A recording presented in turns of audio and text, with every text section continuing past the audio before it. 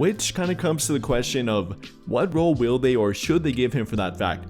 Will he be a part of their starting lineup? Will he be a 6th man off the bench? Not even a 6th man, but more like a 7th to 9th man to simply bring energy and be a point of attack defender off the bench? Or what kind of role will he fill for their team? I've seen all different kind of takes about it already. Looking at NBA Twitter here, I see some people wanting him in the starting lineup, replacing a guy like Rui Hachimura, and then simply moving down both Austin Reeves and Luka Doncic, kind of putting Marcus Smart at that point guard per se. You know, not that they need him to play point guard in that situation. Obviously having Luka, LeBron, Austin, all of which are good options, and even Marcus Smart's a pretty damn good point guard option too. You know, I've seen that, and I get it for the defensive reasoning. Him being a much better defender than any one of Luka, LeBron, and or Austin, or Rui Hachimura for that fact, though he isn't quite big enough to take on the matchups that Luka or LeBron still would have to, or I guess even Austin Reeves at that point, isn't big enough to defend the medium to big sized wings out there. I mean, I'd probably still rather have him try and do it than either Luka or Austin Reeves, but also not the answer for that in my opinion.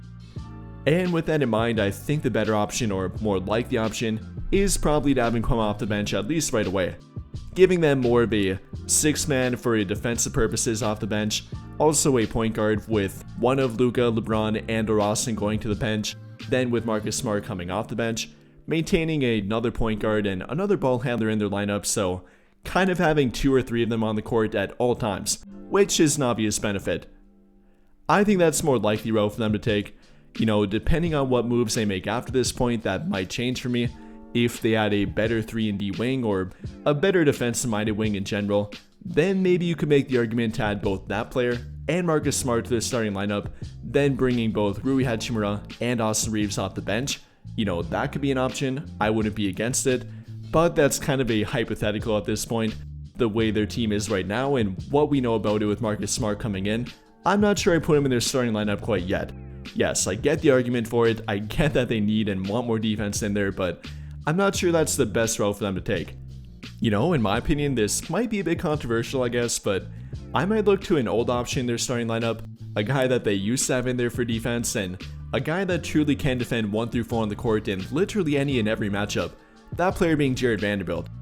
Yes, he definitely has his own injury issues, kind of like Marcus Smart here, but if we're trying to better balance out the starting lineup, better balance out their defense, and actually have an answer for a guy that can take on any and every matchup on the perimeter, even at bigger wings and even at power forward for that fact, in every matchup for their team, then you might have to go with Jared Vanderbilt here.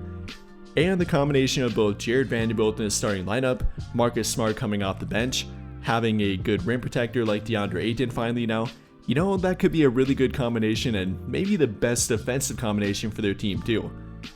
And yes, you might point to the offensive production, or rather lack thereof, with Jared Vanderbilt, mainly being the 3-point shooting and 3-point shooting reliability with him isn't known for it, isn't a great option up until this point, definitely would like for him to become that, but if we're also talking about Marcus Smart, not really talking about a guy that's a great 3-point shooter, I've seen some people refer to him as their new 3-and-D guard or 3-and-D defender, and I'm not sure he does enough to give him that 3 label of the 3-and-D. You know, up until this point, Smart's been a decent 3-point shooter at times, but definitely not a very good one. I mean, throughout his 11-year NBA career, only shooting above 35% from 3 one time, being a 32.4% career 3-point shooter. Even if we're talking about corner 3-point shooting, not a whole lot better, only being a 35.3% corner 3-point shooter.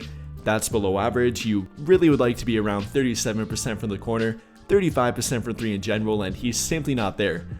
Again, definitely has had some good moments, has some good seasons of 3-point shooting in general, or from the corner, even having a 48% corner 3-point shooting year back in 2020-21, but simply not a very reliable corner or 3-point shooting option in general. So if we're simply looking for more defense and the better defensive balancer in my opinion, I probably would go with Jared Vanderbilt. But I think that will pretty much do it for this one. And if you enjoyed the video, then I'll greatly appreciate it if you dropped a like, subscribe to the channel if you have not already, and hit that notification bell to never miss out when I upload a video.